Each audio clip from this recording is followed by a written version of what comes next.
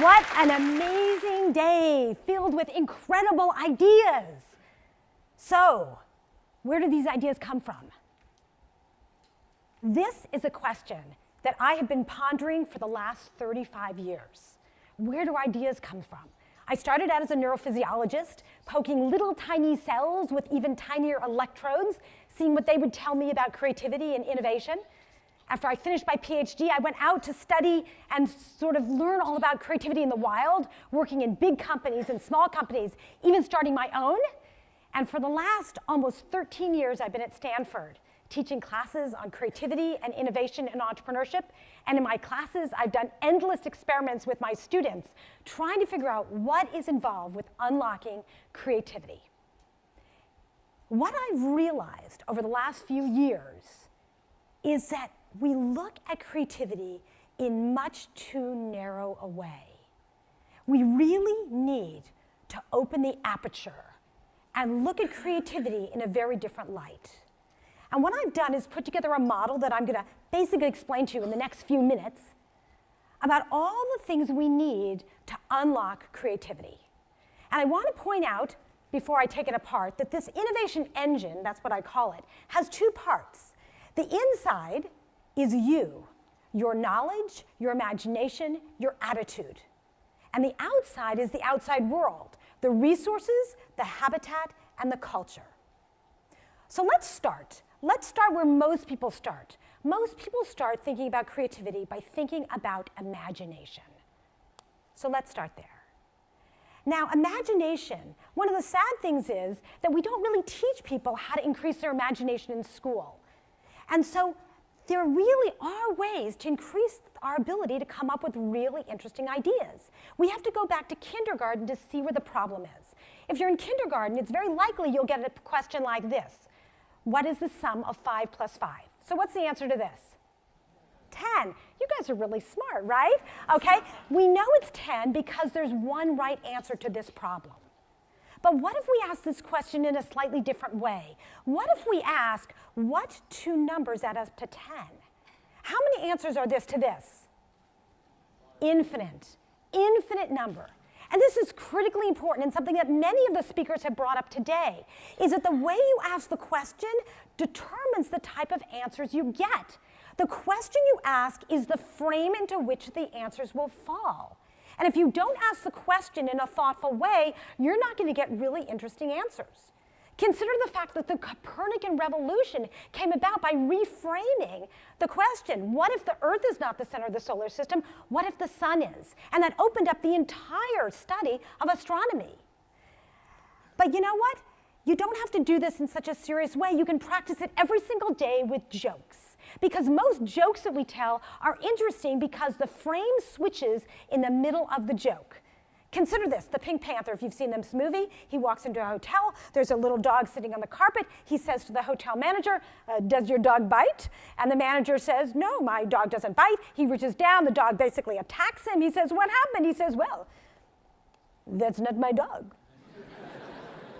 Think about it. Whenever you hear a joke, you will find that almost always it's that the frame is switched in the middle. And it's a really fun way to practice framing and reframing problems. So that's one of the ways that you can increase your imagination. But there are other ways. One of the key ways is to connect and combine ideas. Most inventions in the world, most innovations come from putting things together that haven't been there together before, often in really unusual and surprising ways. One of my favorite ways to practice this is with the Japanese art of shindogu. Shindogu is the art of creating useless inventions. They're not useful, they're not useless, they're unuseless. And what they really are is a way of saying, there might be something here, but I'm not quite sure. So in this example with the umbrellas on the shoes, well, gee, it might not be very practical, but it unlocks some really, really interesting ideas. Speaking of shoes, here's another shindogu. Okay, little dustpans. Again, it might not be practical, but you know what? There's an interesting idea there. Again, you can use jokes for inspiration every single day. One of my favorite things, whenever I get the New Yorker, and I'm sure anyone who reads the New Yorker knows, the first thing you do is you open up the back cover and you look at the cartoon caption contest. The cartoon caption contest always puts things together that are not obvious, often things that are out of scale or things that would be very, very surprising to have in the same frame. And your job is to come up with a really creative way to connect these things in really interesting and surprising ways. So here's the caption for this cartoon. It is, we'll start you out here, then give you more responsibilities as you gain experience. Now, of course, you could come up with an endless number of other solutions. So those are two ways for you to increase your imagination, but there's another that I want to bring up today, and that is challenging assumptions. One of the biggest problems we have is that when we ask people questions and give them problems, they come up with the first right answer. And so we end up getting really incremental solutions. So what we do in our creativity class is we give problems that are really surprising, where there is not one right answer. So here's an example of one I just gave recently. This is the exact design brief. I gave this actually to a group of students at Osaka University. And their challenge was to create as much value as possible, value measured in any way they wanted, starting with the contents of one trash can. They had 2 hours to do it. How'd you like that to do that? One of the interesting things about this assignment, and I put a lot of thought into framing the problem beforehand, is that trash is actually has negative value, right? We actually pay people to take it away. So what happened is these students ended up spending quite a bit of time in advance of diving into the project thinking about what value meant for them. They thought about friendship and community and health and financial security, all sorts of things that ended up informing the way they thought about the trash cans that they were going to use to create some value. To raise the bar even further, I gave them a little bit more of a challenge. I told them that I had sent a note out, which I did, to my colleagues around the world and invited their students to participate at the same time. So there were students in Europe, in Asia, in the US, and in Latin America, all doing the same project at the same time. So let me show you a couple of the things that resulted from this. A group in Ecuador started out with a garbage can filled with yard waste. Yard waste. I probably wouldn't have picked that trash can, but look what an amazing thing they did. They turned it into a beautiful mural. Or a girl in Ireland, her mom had just gone through her brother's sock drawer and had a whole trash can of old holey socks. You know what she did? They were all different colors, black, white, gray. She cut them up, sewed them together, and made this sweater. Pretty cool. I hope some of you will go through your sock drawers later today. So these are 3 things you can do to increase your imagination, right? Framing and reframing problems, connecting, combining ideas, and challenging assumptions. But unfortunately, this is not enough. You need to look at the other pieces of the innovation engine. And one of the next pieces on the inside is your knowledge. Your knowledge is the toolbox for your imagination. Today we've heard all about medical breakthroughs and about autonomous vehicles. And why? How could they make this? These folks needed a depth of knowledge about medicine or about engineering to bring these ideas to life. Now, of course, you can learn things by going to school, by reading books. But one of the most powerful ways to learn things and to gain knowledge is by paying attention. Most of us do not pay attention to the world around us. Not only do we miss opportunities to see problems we can solve, but we also miss the solutions that might be in front of us. And one of my favorite ways to teach students this is to send them out into locations they've been to many times before and get them to look at them with fresh eyes. But I'm not the only one who does this. I want to tell you a quick story about a friend of mine, Bob Seelig, who's a professor here at Stanford, who taught a Stanford sophomore seminar for 2 weeks, and it was called the Stanford Safari. And the students basically over 2 weeks acted as if they were naturalists, as if they were just like Darwin and the Galapagos, but they were on the Stanford campus. And they talked to everyone they could to give a different point of view and perspective about Stanford, from the groundskeepers and the pest controller to the librarians and the organists and all the living Stanford presidents. They walked away not just with a deep understanding of Stanford, but an incredible appreciation for how important it is to pay attention. But imagination and knowledge are not enough. Every person needs to have the attitude, the mindset, the motivation, the drive to solve the problems they're going to solve. If you don't have that drive and that motivation, you're not going to connect and combine ideas. You're not going to reframe problems. You're not going to challenge assumptions and go beyond the first right answer. Most people, unfortunately, view themselves as puzzle builders.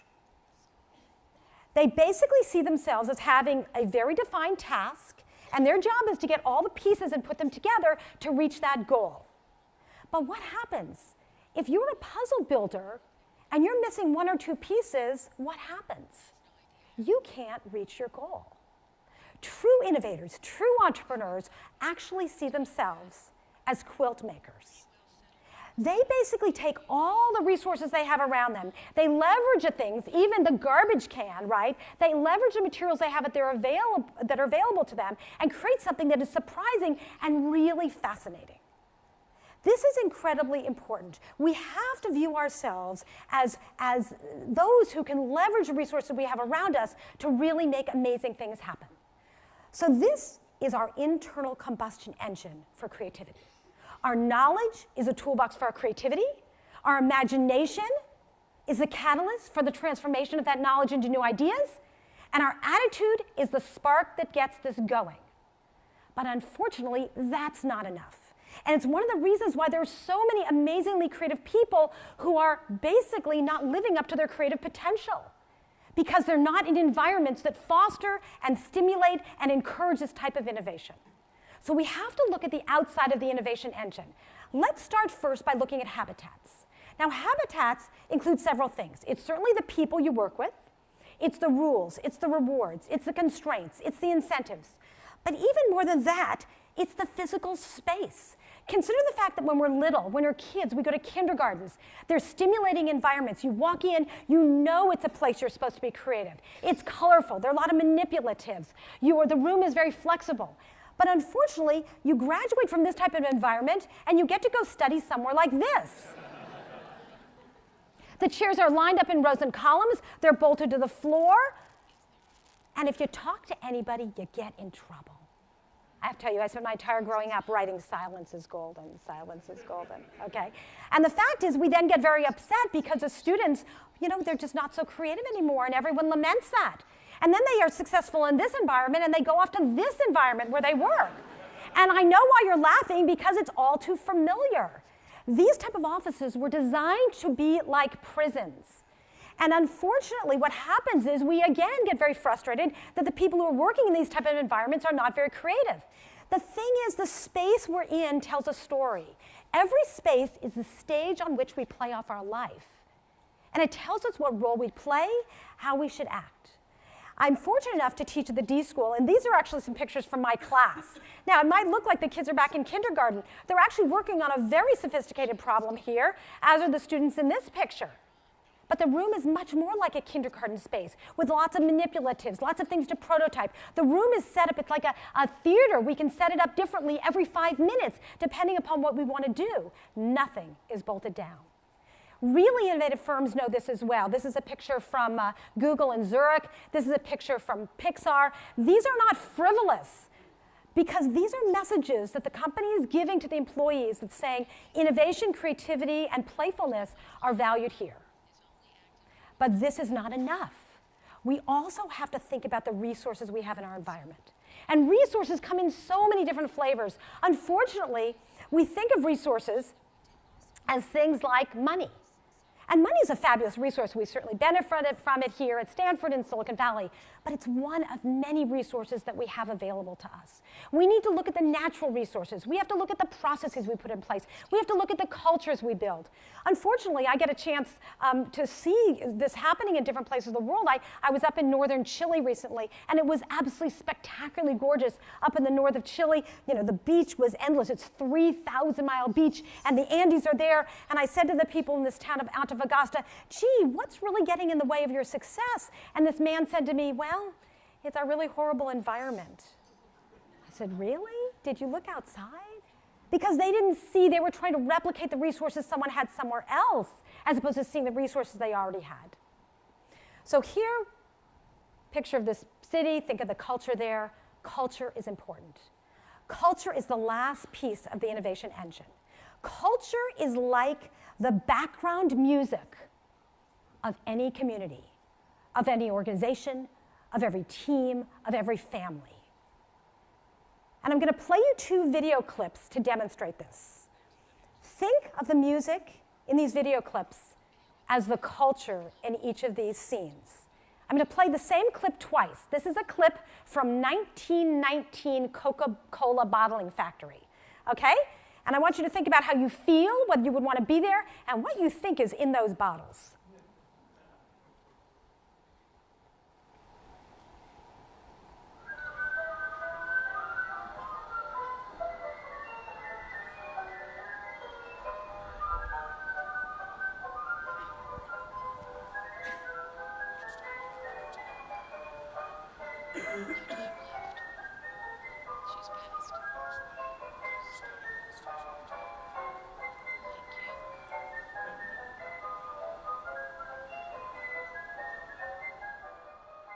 Okay, I'm going to go on to the next one.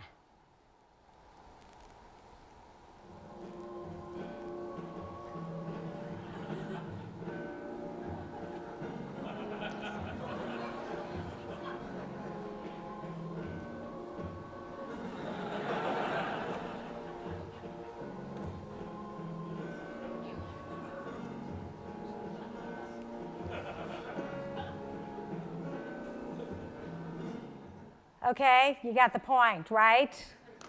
So the fact is, this is the outside of your innovation engine. But let's put it all together. Now you might say, okay, Tina, that's really interesting, but how come you have this fancy Mobius strip here? You could have just had an inside and outside. But it's a Mobius strip because the inside and the outside are completely woven together, and nothing can be looked at in isolation. Let me show you how. Imagination and habitat are parallel here, because the habitats we build are the external manifestation of our imagination. If you can't imagine it, you can't build it. And in addition, the habitats we build directly affect our imagination, the way we think, the way we feel, the way we act. This is also true with knowledge and resources. The more we know, the more resources we can unlock. And the more the type of resources we have determine what we know, right? The more we know about fishing, the more fish we're going to catch. The more fish we have in our environment, the more likely we know about fishing. This is also true with attitude and culture. Culture is the collective attitudes of the community, and the culture clearly affects how each of us thinks. The wonderful thing, though, is this Mobius strip of the innovation engine is so powerful that you can start anywhere. If you're the manager of an organization, you can think about the culture and set the culture. You can build habitats that stimulate the imagination. If you're an individual, you can start by building your base of knowledge. You can start with a passion and attitude that you're going to solve a problem. You can start anywhere to get this innovation going. The most important thing is that everyone has the key to their innovation engine. It's up to them to turn it. Thank you.